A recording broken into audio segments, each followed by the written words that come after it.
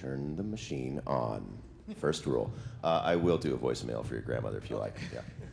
Just want to let you know. Good morning, man. Hi. Day 3. Day 3. It's early morning for me, and I guess probably early morning for most people. Right. Yeah. But I'm from LA, so it's a lot earlier for me. Oh yeah, the time difference is. I guess I guess by day 3 you're probably good though, right? No. No. Not even close. No, I'm like 3 time zones away. I was in New Zealand a couple of weeks ago, UK last week, and then here, but going back and forth to LA in between. So. Oh wow. Yeah, it takes a toll. So I got the con crud. Sorry, guys. Yeah.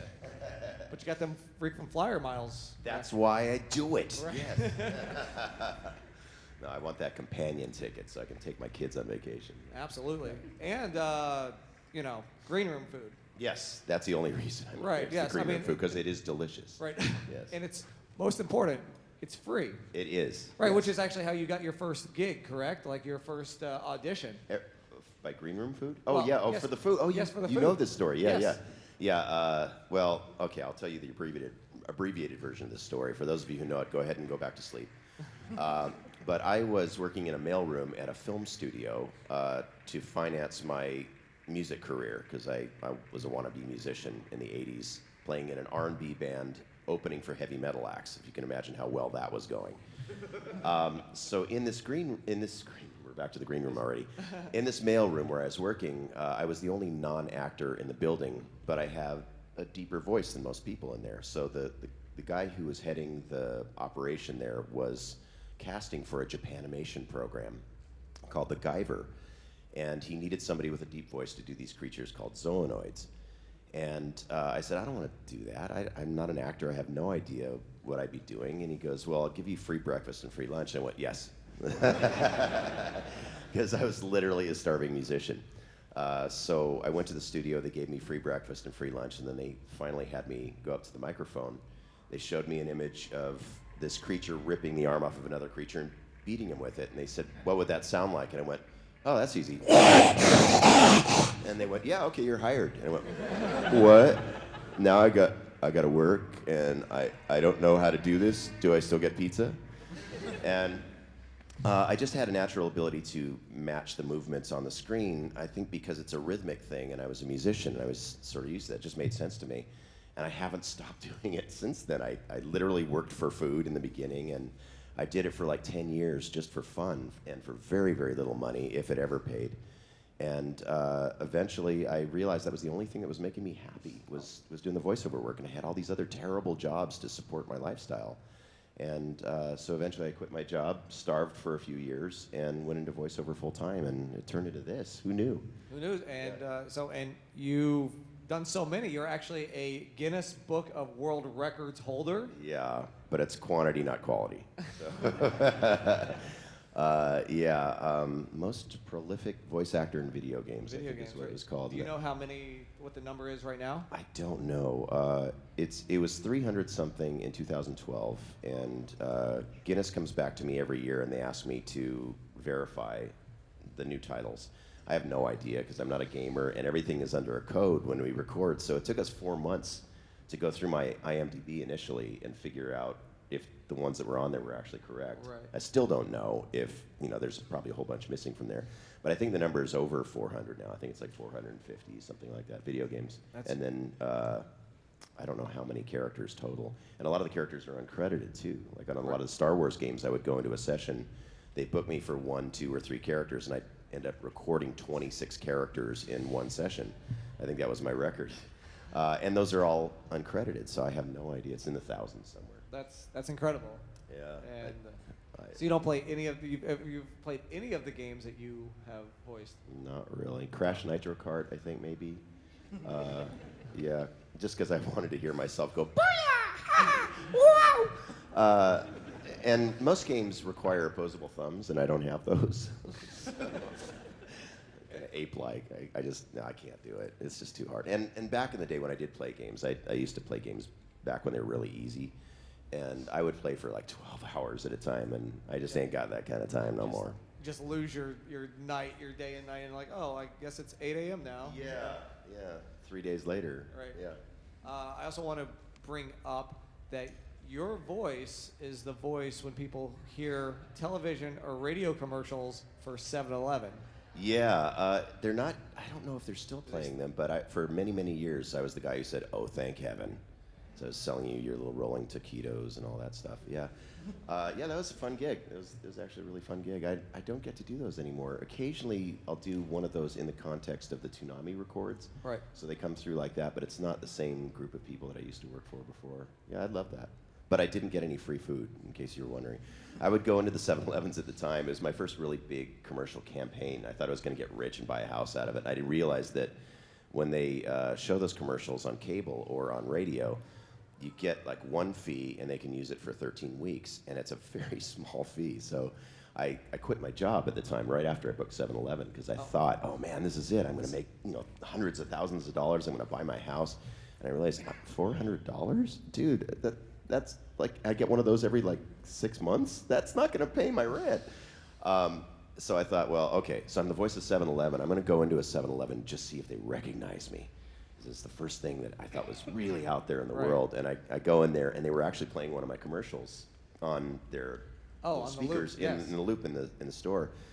And I came up to the guy and I said, that's my voice up there. I'm the voice of 7-Eleven. Oh, thank heaven. He goes, no, you're not. That would be $2.95 for the hot dog.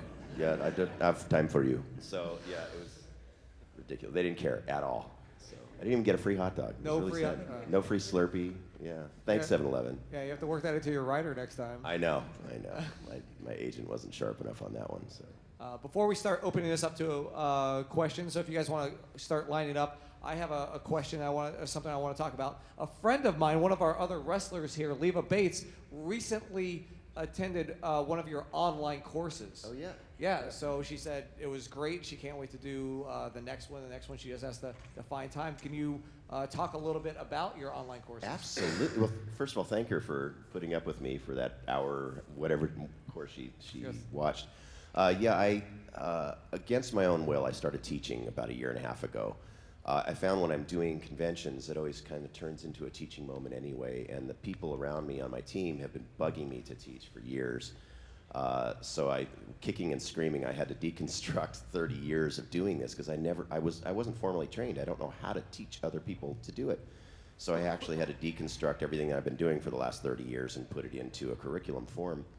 And the one thing that I saw that was really missing out there was an online webinar style version of voiceover classes that people could do from anywhere in the world that was reasonably priced. There are lots and lots of people teaching voiceover, but so many of them are really expensive, especially if you're not sure you're going to go into it for a profession. And it really bothered me that the predators out there were just taking advantage of people who wanted to learn about voiceover.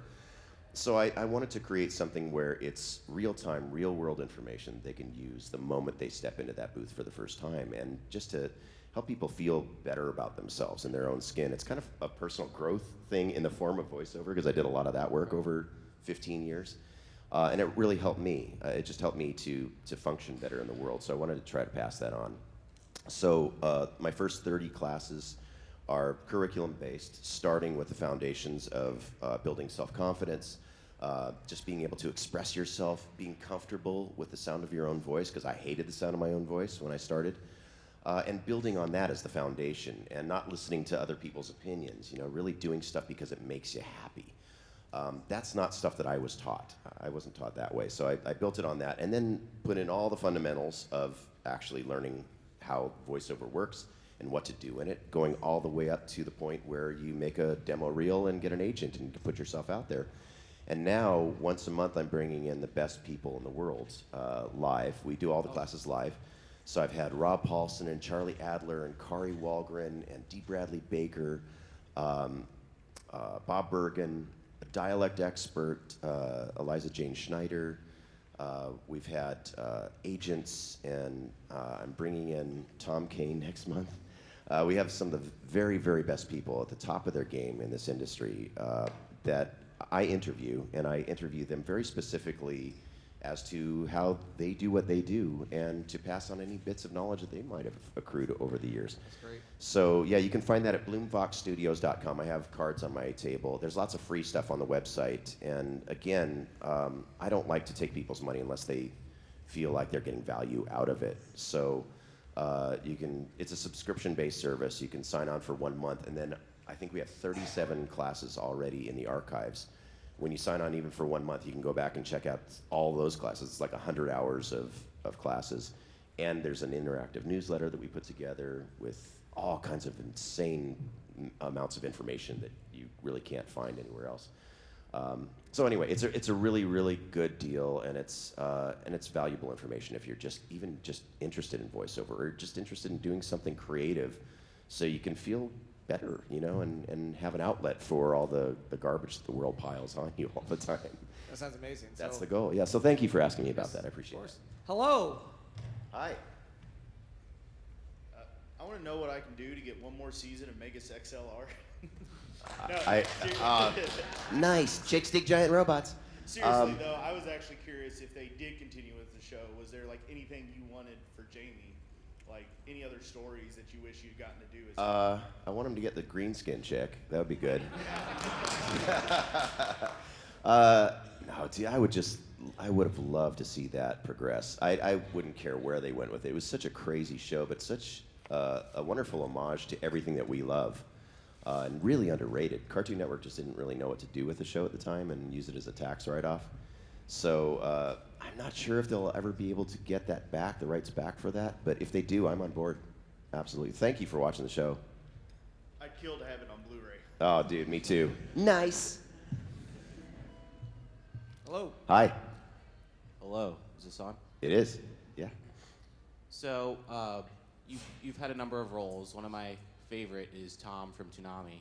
Oh, thanks, man. Only Toonami on Adult Swim. Such a huge impact to myself, and I'm sure many others in the room.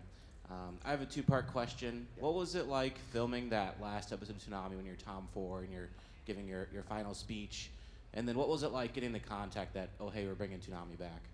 Dude, we actually had to have a moment of silence after we recorded that. We're all very personally invested in Toonami. We love the show. We love the community that it created. And when we were taken off the air, we were really broken. I mean, it really busted us up. These guys are all my friends, too. They still are in Atlanta. It's a lot of the same people now working on Toonami that worked on it back then. And I cried. Honestly, I cried when it went off the air. It kind of broke me. Not only that I was out of a job, but I felt like we were doing something of value out there. Toonami was a place to go. It was more than just a TV show. It was a place to go as a friend after school, A lot of people say that it was the voice of their childhood. I didn't know that at the time when we were recording it until it was over. And so it was really, really hard to say goodbye. When they did the April Fool's stunt, I thought it was just going to be a one-night thing. And all of that programming was donated. They didn't pay for any of that night. It was just a sweet gesture that I thought for all the loyal fans who had hung in with us all those years. And the response was amazing. The normal viewership at that time slot was about 200,000 people. That night when we put it on the air instead of the room, we had like 1.4 million people that were watching. And so the people at the network were going, oh, people actually still like this stuff. And we were all saying, yes, duh, yeah, support our show, we'll bring it back. And they go, oh, no, we're not bringing it back. It's great, cute little stunt, but we're not bringing it back. So you guys helped us launch those Twitter storms that actually annoyed the people enough at the network to say, fine, you can have your little show back. That's literally how it happened. I think they shut down the website one night because you guys just plowed them with too many messages and stuff. So thank you guys for all those of you who supported to bring the effort to bring back Toonami. It was literally because of you that it happened. And now we're kind of in our glory again. We got some really great new shows, including My Hero Academia, which has exploded. And I think part of that is due to Toonami, due to the exposure from Toonami. So, man, I was just jumping for joy when we got the message that we got to continue. And to their credit, a lot of the people at Toonami did it in their spare time for no money to bring it back. And I did it for very little money in the beginning just because I wanted to bring it back for another generation. So for all of you watching Toonami, thank you. And I hope you like The Forge. We have a new immersion event. I don't know if you remember from the old days, The Intruder and a lot of those things. We have a brand new one called The Forge. We're on episode 3 that just aired last night. And it's really cool. The animation is really cool and the story is really fun. So I don't want to spoil anything for you, but please check out The Forge. Only Toonami. Sweet. Thanks, man. Hi. Hey, I know you. How you doing? Good. Out of all your voices throughout your career, who would be your favorite and least favorite? I don't play favorites because I'm a dad. I don't think in terms of favorites. That's a really, really hard question for me because every single character I feel like I have to fully invest myself in, even if they only have a 30-second lifespan. Just because I don't think it's fair to the writer and the creators of the show if you don't invest yourself fully in it. So I don't play favorites like that. But certain characters certainly made a bigger impact than others in my life, and that's kind of how I scale everything. So Spike Spiegel is probably the character that affected my life in a positive way more than any other character. It changed my life, literally. Because I learned how to act in the course of recording Spike. I learned how to become vulnerable as a person. In the movie, the Cowboy Bebop movie, if you guys are familiar with that, there's a scene with Elektra in the jail cell. And I actually had to go to a personal place of vulnerability that I was very uncomfortable with. But once I was willing to do that, in the context of that movie, it actually opened something up for me personally. And so I credit that to not only improving my work as an actor, but improving my life as a person and being more aware of my surroundings and the trail I'm leaving behind. But Bebop also led to Toonami. It led to Megalas XLR. It oddly led to Legend of Korra. I found out after we had finished recording that they were big Bebop fans. That's the reason I was brought in for an audition in the first place. I had no idea, and then it led me here. I probably wouldn't be here if it weren't for Cowboy Bebop. So that's probably, if I was to say the one thing that affected my life in a positive way more than anything else, it would be that one. And the one that I least like, I don't know. I love all my characters. They're like my babies. I wouldn't say that I don't like the characters. I love them, but the ones that hurt the most, just physically speaking, would be Wolverine. I love that character dearly, but it hurts my throat when he starts fighting, just because it all starts here, but it never stays there. In 5 minutes, he's always in a berserker barrage, and that physically hurts. So I would say that's probably my least favorite in terms of the physical damage that I create for myself, but I'm always excited to go into the studio and do it every time anyway, because it's fucking Wolverine. Thank you for that. Appreciate it. Hi. Hello. This question's a little bit spoily for Rebels. Is that okay to ask still? We'll see. All right. So, how did you feel about at the end of the series when Kanan sacrifices himself to save the rest of the crew? Man, Freddy wanted to die from day one, because Freddy believes that is kind of the role of the Jedi at some point, because they become stronger. And it's all about the balance in the Force. So, and I kept saying, shut up. If, they kill you, Filoni's going to kill all of us. But I thought it was a noble, beautiful way to go. It was handled so eloquently in the show. I thought it was necessary for the story and expertly done. I think Dave Filoni really, really, truly understands the vision of George Lucas in every area of the franchise. And the way he handled that, I thought was perfect. I wouldn't have done it any other way. I'm not smart enough to have done it as well as he did, but I wouldn't have done it any other way. And by the way, The Mandalorian is awesome. Yes. Sorry if that spoiled it for you, but he said it, I didn't. Yeah. Okay, good. Yeah, good. La la la la la la. Thanks, man. May the Ashla be with you. Yeah, okay, if you don't know what the Ashla is, now you have some homework. All right. Hi. Hello. So I really like some of your work with Platinum Games and Vanquish and Mad World and thanks. Wonderful 101. Also Suda 51 and Grasshopper and Garcia Hotspur. Yeah. Is there anything unique with working with some of those weird out there studios that are Japanese and all that? I just love their way of doing things. The weirder the writing, the better it is for me, because I love having a good time in the studio. Every one of those games is super fun to work on. And if the story is good, if the writing is good, it just gives us much more of a platform to play. So yeah, they're brilliant people, and every one of those was great. I can't believe that Wonderful 101. Yeah, no one played it. Nobody played it, yeah. And it was highly anticipated too. And I heard it wasn't that good. Yeah. It's very niche, very. Yeah. So. Yeah. But thank you for bringing that up. Cool. Thanks for bringing up that painful memory. No, it's cool. No, I love working with those guys. Thank you for that. Cool. Thank you. Hi. Hello. So out of all the teams you worked with, what do you think you had the best experience with? The team in terms of cast? Yes. Oh man, there's so many casts that I love working with. We don't get to work with casts very often anymore. Rebels was certainly an incredible experience. We are that family that you see on the screen.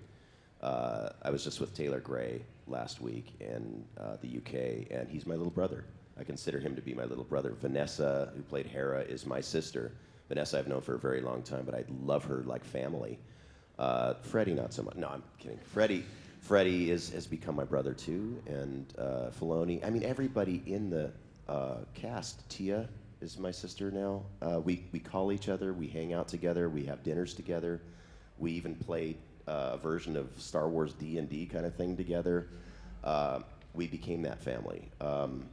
Transformers Prime was like that. Everybody in that cast was just amazing, and we became dear friends as a result of that. We play pranks on each other. Transformers Rescue Bots became one of the tightest casts of any cast I've worked with, and I don't know why that is, but I think we just all fell into a groove with that show, and we realized that we're making something really high quality for kids, which isn't always the case. Man, there's so many casts that were like that. Spectacular Spider-Man, Wolverine and the X-Men, so many of those casts were great. We're all friends. We all know each other for the most part. And if we don't know each other, we become friends in the course of recording 26 or 52 episodes because we're relying on each other. We're trusting each other in that booth. But yeah, I mean, that would take the whole rest of this hour to go through all the casts of the people that I love so much. Thank you so But much. thank you. Hi. I've had a bit of a burning question ever since this has been announced. But Go ahead. as a longtime fan of the series, will you be returning as Vincent Valentine for the Final Fantasy VII remake? I don't know the answer to that. Square Enix just posted something the other day saying that don't expect this to be like the old version. We're recasting for a reason. You'll understand it later on down the line. I know they've recast a lot of the people already.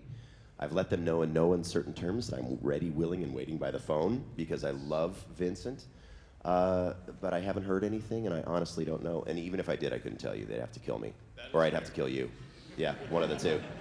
Yeah, but I hope I get to do it. But if I don't, I have to trust that they know what they're doing. You know, it's not up to us. We're just the voice monkeys. Thank you very much. Thank you. Hello.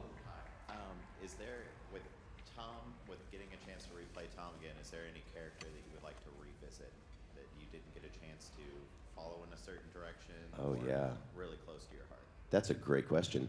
Wolverine, for one. We didn't finish Wolverine and the X-Men. We had 9 more episodes written. We were going to go into the Age of Apocalypse.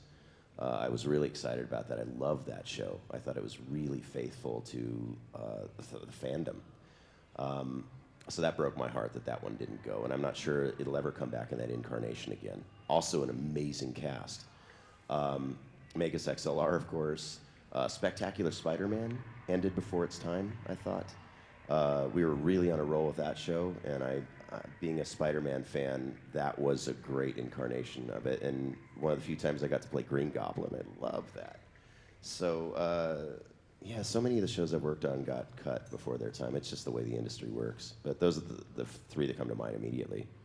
Thank you. Thank you for that. Hi. Hello. A little tiny, sorry. It's okay. Since you made the comment that you didn't know you were going to be a voice actor, what did you want to do when you were growing up? Initially, that's a great question. Thank you. I thought I was going to be a marine biologist. I was fascinated with the ocean. I still am. But I was terrified of it. And I wasn't a very good student, so I couldn't handle the math. But I did get scuba certified last year, so I get to at least go underwater and play with the fishies. I thought for a little while I was going to be a doctor because my dad was one and he wanted me to be a doctor. And again, the math, not so good. And then I thought about becoming a musician. and I was a terrible musician in the 80s. I mentioned that a little bit earlier. I still love music, but I wasn't dedicated enough to it to become a good enough musician. So I think at this point, if I had to do it again, I'd probably do it the same way. Because my friends who did go into the music business have suffered. Most of them have suffered, with the exception of maybe Logic, who broke out and has had an amazing career. But most of my friends who were amazing, amazing musicians just didn't make it, and they really struggle for it, and it breaks my heart. So I think I made the right choice. I think it worked out okay. But thank you for that. Hi. I'm a big Transformers fan. Oh, good. I guess with Transformers Prime, you got to be Starscream, and then with Predacons Rising, it kind of ended on like an uncertain note as to whether he was going to make it or not. But then in Robots in Disguise, he just came back, and I guess that's kind of like not something you get to do often as an actor, to play the same character in 2 different shows. What was it like getting to come back as him? Delicious. I didn't think he was nasty enough in Robots in Disguise, though.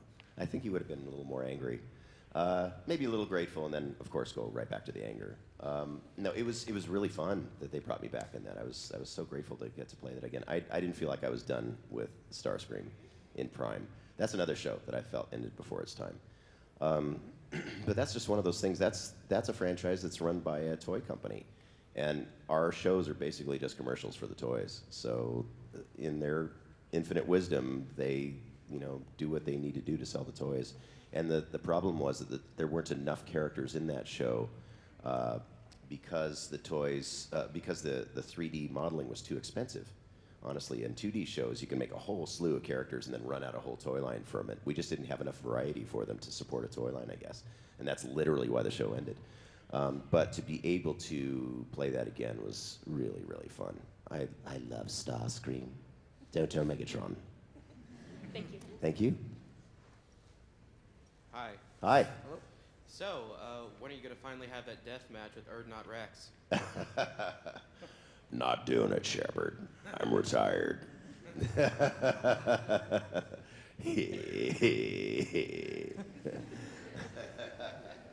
Oh, Mass Effect fans over here. Cool. Nice. Hi. Hey, how's it going? Good. How are you? I'm doing good. When you voice recorded for Shadow of War as Sauron, Yep. did you have to change your voice or use a synthesizer to when you were in his armor?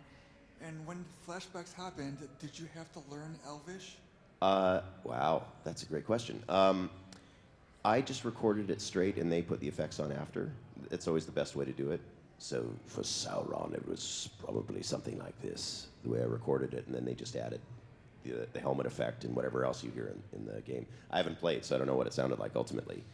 But yes, I spoke Elvish in that. I didn't learn the language, but I definitely spoke Elvish, and they had a coach there to make sure that I did it right, which I appreciate. After just visiting Hobbiton a couple of weeks ago, I really appreciate that they had people to make sure that it was done right.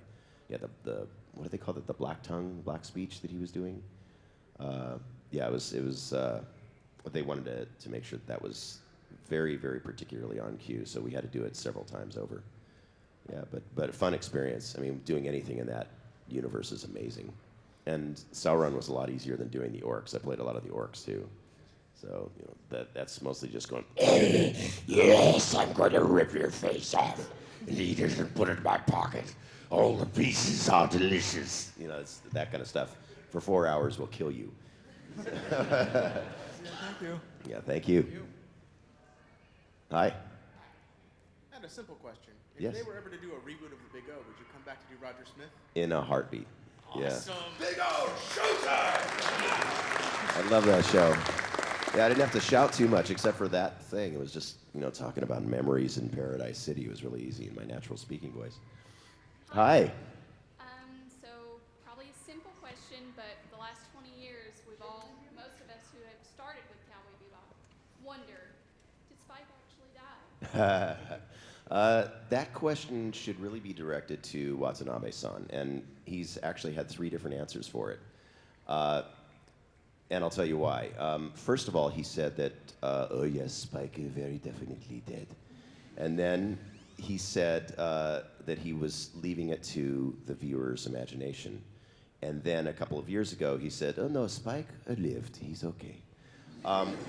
But I think his original intention was to leave stuff open to interpretation, and I think that was a good call.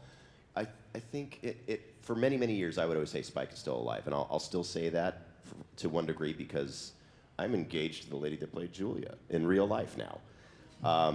Yes, thank you. Yeah, Mary Elizabeth McGlynn, who directed the voice work on that show and played Julia, is now my fiance in real life. Who knew? That's another reason why Spike was a very pivotal character in my life. But, you know, watching it, I only watched it all the way through for the first time about 7 months ago. And in that final scene, I thought, oh, that's kind of a perfect way to end it. It really kind of makes sense. You know, you're not sure, he wasn't sure if he was living or dead through the whole thing anyway. It was all kind of a dream. So it was kind of a perfect ending the way it was. But I love that he left it open to the interpretation like that. Thank you. Yeah, but thank you for watching.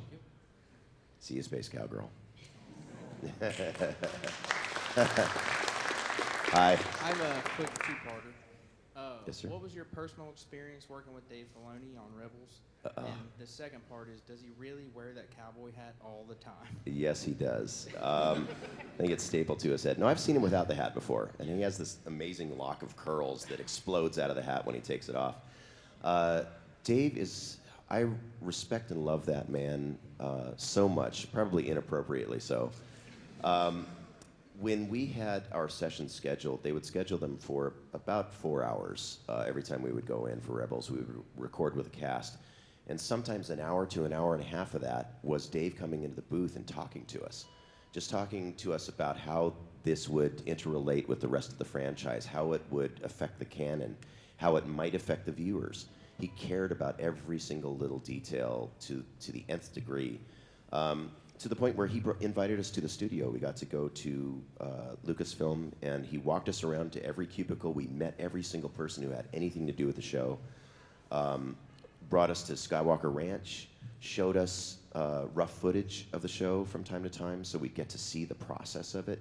I've never had that experience on any other project, other than maybe like Box Trolls. But Dave is very, very invested in our experience of Star Wars. And he's a huge fan himself. He's a big old nerd. That's why he got the job in the first place. So to have somebody like that at the helm who was actually qualified to do the job, I think was one of the best choices they ever made at Lucas. So it's in really, really good hands. And I consider him my brother. He's my brother and my dear, dear friend. And I'm just so excited to see what he does next. I'm excited that he gets to fulfill his dream of working in the live action world now with Mandalorian. I think what he's doing with that is pretty epic. So thank you for watching. I appreciate it. Hi. How you doing today? Good. Good. You mentioned that you was a dad, and I was just wondering, like, growing up, have your kids ever watched the shows you've been in, or during your downtime, have you ever watched shows that you've been in? Yes. Thanks for asking that. Yeah, in the early days, I worked on a lot of anime that were just too violent for them. So my kids didn't really, they weren't really watching any of that stuff until probably Digimon. I think that was the turning point. And Guilmon was the first character that was innocent and sweet, and it was a little dark in spots, but it was okay for them to watch that. I think when it really clicked in for them that what Dad did was kind of cool was was in video games, when they started playing video games. Because then, you know, they would tell their friends at school, yeah, my dad works on these weird Japanese shows. And I would go and read for their schools. I would volunteer time, and I would read stories for the kids. And they just thought, you know, I was Jeremy or Brandon's dad reading, you know, these stories in these stupid voices, and they would correct me when I was wrong. They just couldn't put that together, that my face would connect with, you know, these cool characters. So it wasn't until they got a little bit older, I think it was probably in middle school, when they really started playing video games, and all of a sudden their friends would start talking about video games, and they would go, oh, my dad's in that. What do you mean your dad's in that? He does voices for the games. Cool, can we meet him? And then all of a sudden I was the cool dad. So we were able to bond over that at that time, and now I have 3 boys. My other boy, Dev, lives in Kansas City, and he's become a computer engineer. And so we've gotten to talk about the programming aspect of it, and he's a big hardcore gamer too. And my son Brandon works for me full time. He actually is my tech dude for all of my webinar stuff. And my oldest son Jeremy is a French teacher, but he's also a voice actor. And Brandon is an actor too. He's a full-time actor. So now we get to connect on all those levels, and they come to the conventions with me now, and they actually talk to the fans, and they can tell them all the dirt about, you know, what an idiot I've been all these years, and you know, they tell all the farting stories, and you know, yeah, he seems like he's cool, but he farts all the time. You know, they'll break the news. They're really fun. So we have a great time together. I love my boys. I'm so grateful that they turned out as good as they did. They're so much smarter than me, all three of them. Thank you for that. Yes, thank you. Hey, Megan. How you doing? Team Blum Vox says hello to, by the way. Thank you. I do really want to say, I always want to say thank you for everything, for being such a wonderful role model and give me a lot of encouragement. Oh, thanks. My pleasure. It is my honor and privilege to do that. That's the best part of this whole job. It's just to try to help people to have a better life and enjoy yourself out there and realize that you matter, because you do. I do want to say, I'm not sure you saw on Twitter, I always want to say congrats to you and Mary for engagement. Oh, thank you. I did see that. Thank you for that. You're welcome. Love you, girl. Thank you. Love that shirt, too. That's awesome. Hello, I just was wondering, like, if you could snap your fingers and just play any fictional character that already exists from comics or whatever, who would you pick? Who is your dream character that you really want to play that you haven't yet? Dude, that's such a hard question. I never think in terms of what I haven't played, because I've been so lucky. And I've said this many times at panels before, that originally I thought I would be a really good Batman, because it's kind of in my natural voice print, and I was a huge fan of Batman growing up. But then I hear Kevin Conroy, and I go, oh, no, I'm cool. He's my Batman. It's good. When you get into this business deep enough, you start realizing what you're, if you are doing it the right way, I think you start realizing that if you don't book a role that you're jonesing after, it wasn't meant to be. And chances are, if somebody else gets that role, they deserve it. They've worked really, really hard for that role, and it's just the right time, right place. So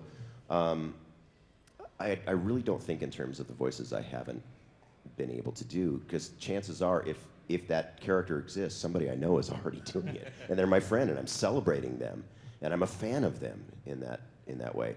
We all imitate each other all the time, and that's cool. And I have gotten to play Batman on a couple of occasions. I got to be Lego Batman. I was the first Lego Batman, non-verbal, so I don't think Kevin cared.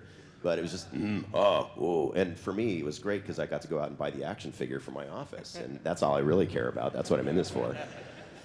So it's funny. I think if you go in with that attitude, and I tell my students that all the time, don't think about the characters that you really, really want to play. Just do the best job you can with what's at hand. The only exception to that I've ever seen is Bob Bergen in Porky Pig. He wanted to play Porky Pig from the time he was 8 years old. And he told Mel Blanc this. He met Mel Blanc, and he actually told him that he wanted to play Porky Pig, and he said, "Job's taken, son." But so many years later, Bob did a million other things and built a phenomenal career for himself and kind of let that go. And then all of a sudden, he gets the opportunity to play Porky Pig again when Mel passed. And he's amazing at it. He's incredible at it. But he was able to let that go. So I would suggest, if you are an up-and-coming voice actor, and you are thinking in terms of, I want to be the next Batman, or I want to be the next Wolverine, cool, but open your mind, because you might block yourself from all the possibilities out there of all the other things.